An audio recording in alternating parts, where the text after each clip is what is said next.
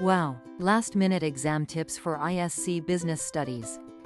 Welcome students. Best wishes for your ISC Business Studies exam. These tips will help you revise effectively. Focus on key topics, question patterns, and strategies. I hope this video finds you well prepared and confident for your upcoming examination. As we approach the final stretch, I wanted to share some crucial last-minute tips to ensure you're fully equipped to tackle the exam. Unlock your full potential. Add these tips to your hard work and dedication, and I am confident that you will excel. I feel that every student deserves the best results. Remember, these tips are designed to help everyone, regardless of your learning pace.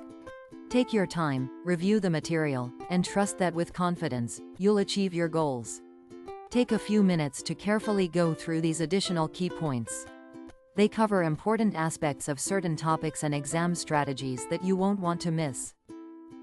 As per the syllabus Chapter 1, Human Resource Management, all chapters are important, do not take any chance.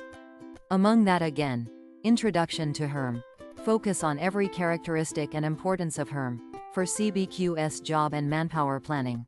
Everything must be clear enough and have the clarity in distinguishing and identifying job specification, job description, job analysis, job enrichment, job enlargement meaning, relevance, and differences.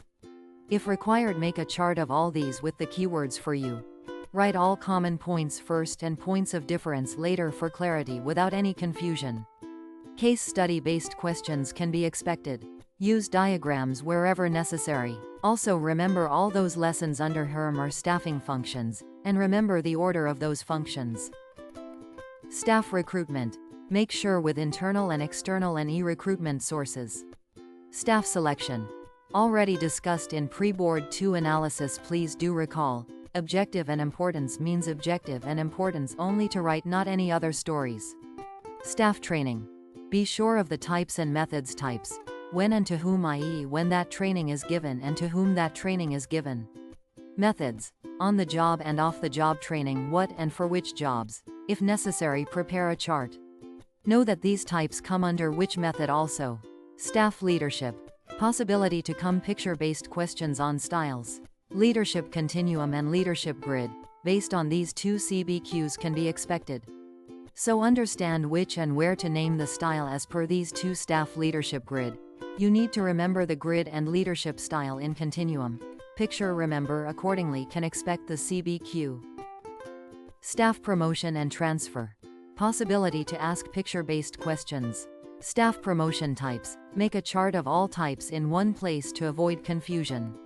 Staff transfer. Be sure with types. As per the syllabus we have only 4. Staff separation. Anything can be asked. Be sure with pictures and type. You must be keen on observing. For example, staff retrenchment image was given alongside of retirement explanation. So don't be confused. Coming to Chapter 2. The most important chapter, business communication. Types and methods follow the chart given in your textbook. Be sure with which type and under which method. Be sure which follows after which. Understand the order. Elements of communication. Order is important. Upon this, you can expect statement-based questions and CBQs on which type and method. Barriers to communication. Read carefully with clarity. Cause and how to overcome each barrier. Prepare chart if necessary. Methods to overcome barriers. Cause and how to overcome given in textbook, under every barrier. But you need to expand them in proper sentences while writing in the exam. Business letters. Do follow every letter, do not take a chance. This is only the one where you can ensure to secure 8 marks for sure. For every letter, based on the letter asked, content of the points to mention given to you. Do not forget to mention those points in your answer. Most of the marks for that only.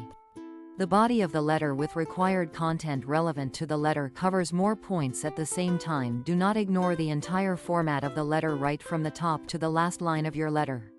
Reports, meaning, example, difference, direct questions. Types of report, CBQs. To identify the type and when it is prepared. If required, prepare a chart, table to avoid confusion. Chapter 3. Business size and finance. Be sure with the size of the business, various sources of finance available, and when, purpose which source is applicable, raised. Be sure with new sources of finance, factoring, venture capital, angel investors, etc. as per the syllabus. CBQs or statement-based questions can be expected. If possible, prepare a chart for your understanding. Chapter 4. Globalization and recent trends in business. All these topics have scope to score good marks with minimal reading and understanding. Globalization, don't be too casual with its benefits, opportunities, and threats. Have clarity and give a reading. Outsourcing, be sure with 3 parties. Merits and demerits of each party. Given very clearly with the examples in the textbook, do follow. Elements of e-business. Be sure with B2B, B2C. Take some examples. CBQ can be asked. Chapter 5. Business regulators and intermediaries. Be sure with the meaning and role of each regulator and intermediary. Do give a reading on the functions of regulators also. The role itself can be written under functions, objectives with little change in explanation. Read carefully, manage time wisely. Use diagrams and charts where applicable.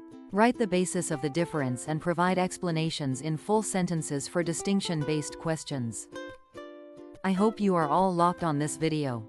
Please do like if helpful, comment below, subscribe for more, be one of the first 100 to comment and get a shout out. Stay tuned for exclusive content and bonus tips. May you all achieve your goals. Good luck.